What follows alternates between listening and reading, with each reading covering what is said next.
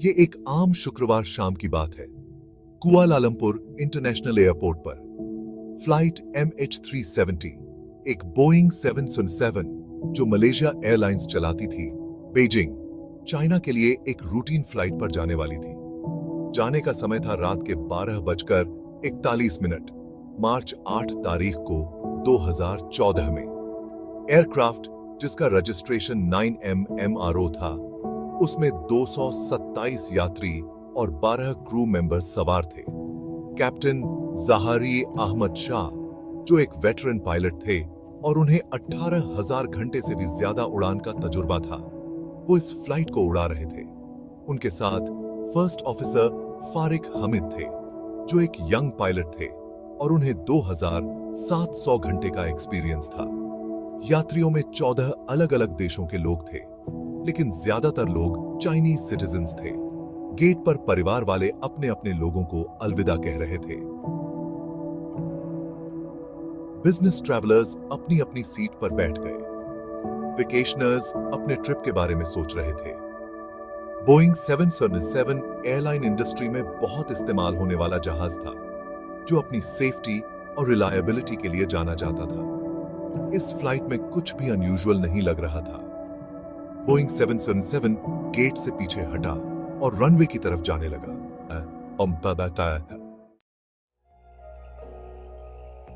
रात के 12:41 पर flight MH370 Kuala Lumpur international airport से उड़ान भरी।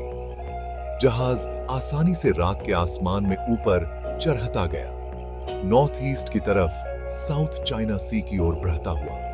फ्लाइट का पहला भाग लगभग 6 घंटे का होना था। फ्लाइट क्रू ने मलेशियन एयर ट्रैफिक कंट्रोल से संपर्क साधा और उन्हें अपने प्लान्ड रूट पर आगे बढ़ने की अनुमति मिल गई। सब कुछ नॉर्मल लग रहा था। पायलट्स एयर ट्रैफिक कंट्रोल से बात कर रहे थे। वो इंस्ट्रक्शंस मान रहे थे।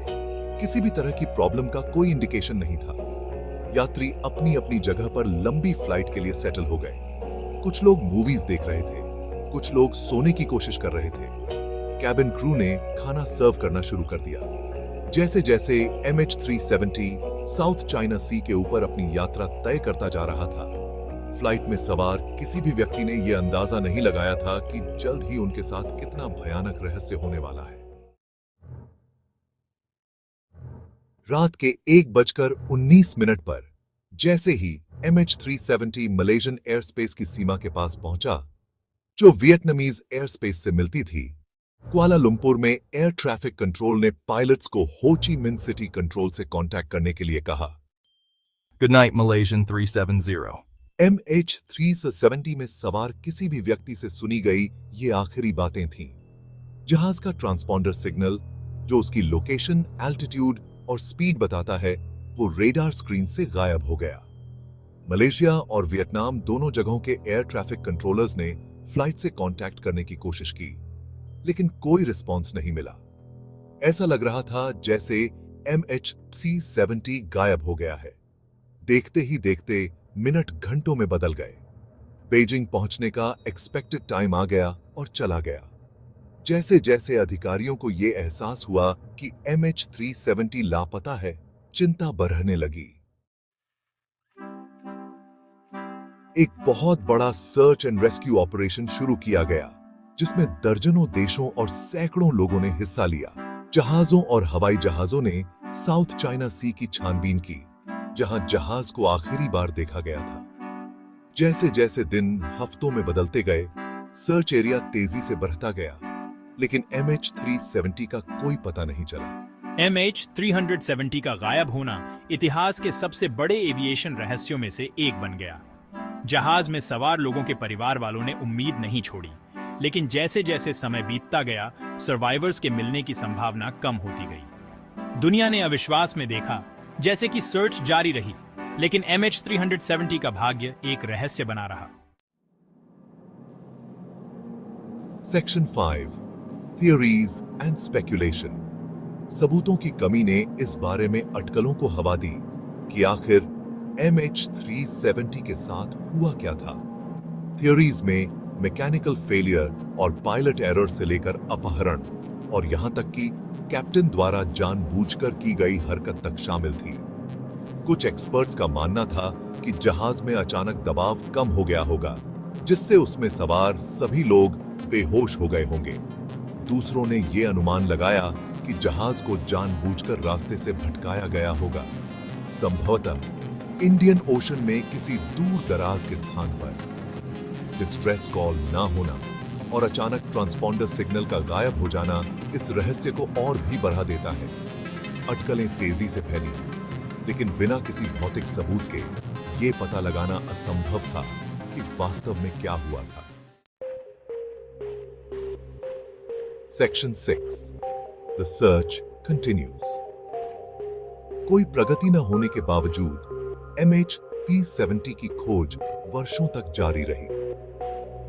ऑस्ट्रेलियन ट्रांसपोर्ट सेफ्टी ब्यूरो या ATSB ने सैटेलाइट डेटा के विश्लेषण के आधार पर सदर्न इंडियन ओशन के एक दुर्गम क्षेत्र में एक व्यापक अंडर वाटर सर्च का नेतृत्व किया।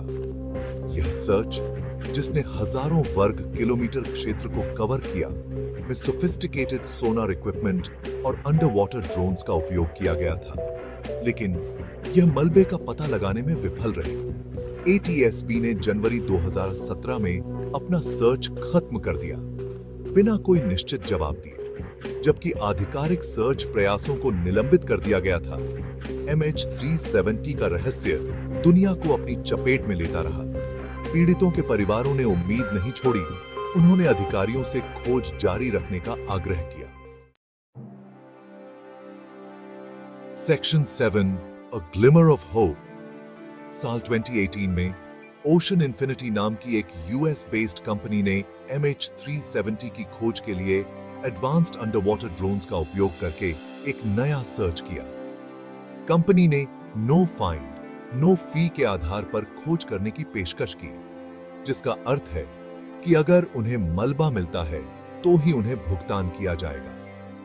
अपने प्रयासों के बावजूद ओशन इन्फिनिटी का सर्च भी असफल साबित हुआ। हालांकि उन्होंने कई शिपरेक्स की पहचान की, जो समुद्र के इतने विशाल और दूर दराज के क्षेत्र में खोज करने की चुनौतियों को उजागर करता है। हालांकि ये सर्चेज विमान का पता लगाने में विफल रहे, लेकिन उन्होंने बहुमूल्य डेटा प्रदान किया जो भविष्य के सर्चेज में मददगार साबित हो सकता है। Section 8 MH370 an enduring mystery.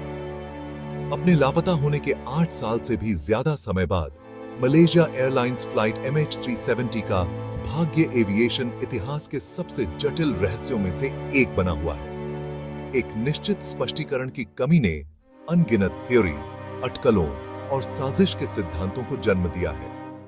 MH370 के गायब होने का एविएशन इंडस्ट्री पर गहरा प्रभाव पड़ा है, जिसके कारण एयरक्राफ्ट ट्रैकिंग सिस्टम्स और फ्लाइट डेटा रिकॉर्डर रेगुलेशंस में बदलाव हुए हैं।